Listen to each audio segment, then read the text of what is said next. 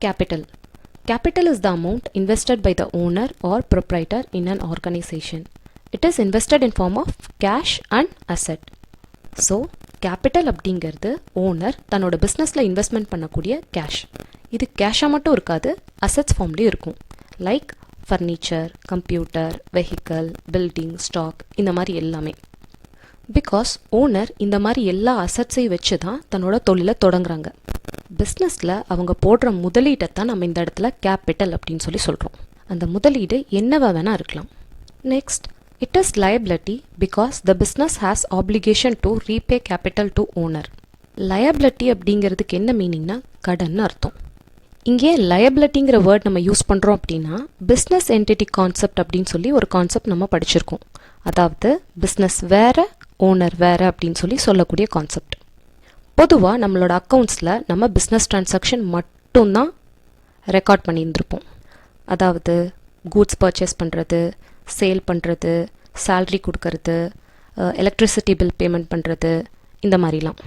ஆனால் ஓனரோடைய personal transaction இதில் ரெக்கார்டே பண்ண மாட்டோம்.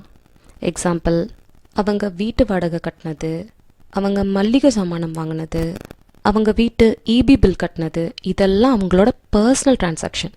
ஓனரோட பர்சனல் ட்ரான்சாக்ஷன்லாம் பிஸ்னஸ் ட்ரான்சாக்ஷனில் இன்வால்வ் ஆகாது. அதனால் ஓனர் வேறு பிஸ்னஸ் வேறு அப்படின்னு தான் நம்ம ஃபாலோ பண்ணணும்.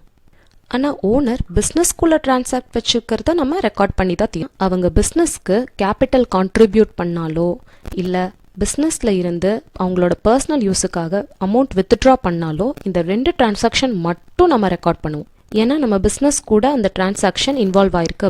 அதனால் ஓனர் பிஸ்னஸில் இன்வெஸ்ட்மெண்ட் பண்ண அந்த கேஷை திருப்பி பிஸ்னஸ் ஓனருக்கு கொடுக்கணுங்கிற ஆப்ளிகேஷன் இருக்கிறதுனால, அந்த கடன் இருக்கிறதுனால அதை லயபிலிட்டி அப்படின்னு சொல்லி கொண்டு வரோம். Mister A commenced business with cash. அதாவது மிஸ்டர் ஏ கேஷ் போட்டு பிஸ்னஸ் ஸ்டார்ட் பண்ணியிருக்காரு அப்படிங்கிறாங்க.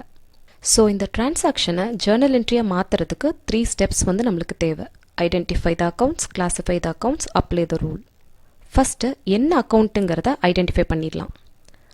டிரான்சாக்ஷன் பார்த்தோன்னே கேஷ்ன்னு மென்ஷன் பண்ணியிருக்கனால ஒன்று கேஷ் அக்கௌண்ட்டு ஓகே. டிரான்சாக்ஷனில் கமென்ஸ்டு, ஸ்டார்டட், இன்வெஸ்டட் இந்த மாதிரி வேர்ட்ஸ் கொடுத்துருந்தாங்க அப்படின்னாவே அது கேபிட்டல் தான். So capital account. அடுத்தது அக்கௌண்ட்ஸ் கிளாஸிஃபை பண்ணணும். ஸோ நம்மளுக்கு கேஷ் அக்கௌண்ட் அப்படிங்கிறது அசட், அதனால ரியல். அடுத்தது கேபிட்டல் அப்படிங்கிறது ஓனர் இன்வெஸ்ட்மெண்ட் பண்ணக்கூடிய கேஷ். இது ஓனர் பிஸ்னஸ்க்கு கொடுக்கறது அப்படிங்கிறதுனால அந்த பர்சன் ஓனர் அப்படிங்கிறதுனால இது பர்சனல் அக்கௌண்ட்டுக்கு கீழே வரும். நெக்ஸ்ட்டு ரூல் அப்ளை பண்ணணும். ரியல்னு சொல்லிட்டோம். What comes in debit, what goes out credit இல்லையா? இந்த கேஷ் அக்கௌண்ட் கம்ஸ்னா கோஸ் அவுட்டான்னு பார்க்கணும். இதில் ஓனர் பிஸ்னஸ்க்கு கேஷ் இன்வெஸ்ட் பண்ணுறாங்க, இப்போது பிஸ்னஸ்க்குள்ளே கேஷ் வருதுன்னு அர்த்தம். அப்போ கம்ஸ் இன் டெபிட்டா, அதனால டெபிட் வாட் கம்ஸ் இன். அடுத்தது ஓனர் அப்படிங்கிறது ஒரு பர்சன், ஸோ பர்சனல் அக்கௌண்ட். அப்போது debit the receiver, credit the giver. அப்போ இந்த கேஷை கொடுக்கறது யார்? ஓனர். அப்போ அவங்க கிவர். கேஷை பிஸ்னஸ்க்கு கொடுக்கறதுனால he is a giver. So credit the giver. Credit சைடில் 2 கேபிட்டல் அக்கௌண்ட்டுன்னு போடணும். So cash account, debit to capital account. Next நம்ம முன்னாடி பார்த்த மாதிரி ஓனர் அப்படிங்கிறவங்க பிஸ்னஸ்க்கு கேஷாக மட்டும் தன்னோட இன்வெஸ்ட்மெண்ட்டை பண்ண மாட்டாங்க, மற்ற அசட் ஃபார்ம்லேயும் பண்ணுவாங்கன்னு சொல்லி நம்ம பார்த்துருந்தோம்.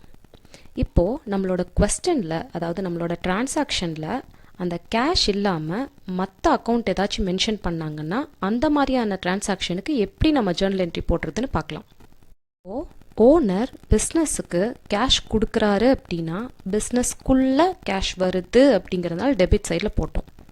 அதே மாதிரி தான் ஓனர் மற்ற அசட் பிஸ்னஸுக்கு கொடுக்கும் பொழுது பிஸ்னஸ் உள்ளே வருது அப்படிங்கிறத மீனிங். ஸோ இந்த ஃபர்னிச்சர், வெஹிக்கல், கம்ப்யூட்டர், பில்டிங் இது எல்லாமே அசட் தான். அதனால் இது எல்லாம் பிஸ்னஸ்க்குள்ளே வருது அப்படிங்கிறதுனால அது டெபிட் சைடில் தான் போடுவோம். அதே மாதிரி இங்கே ஓனர் தான் கிவர். ஓனர் இன்வெஸ்ட்மெண்ட் பண்ணுற கேபிட்டல் தான் இதெல்லாம். அதனால் கிரெடிட் த கிவர். அப்போ கேபிட்டல் அக்கௌண்ட்டை கிரெடிட் சைடில் போடணும்.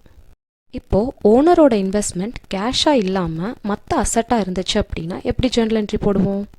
Example, mister A commenced business with building. அப்போது ஒன்று பில்டிங் அக்கௌண்ட். அந்த பில்டிங் அப்படிங்கிறது என்ன? அசெட். So real account. பிஸ்னஸ்க்குள்ளே பில்டிங் வருது, what comes in is debit. So building அக்கௌண்ட்டை டெபிட் பண்ணணும். Building account debit to capital account. அவ்வளோதான். இப்போ இதே மாதிரி மற்ற அசெட் என்ன கொடுத்தாலும் நம்ம எழுதிக்கலாம்.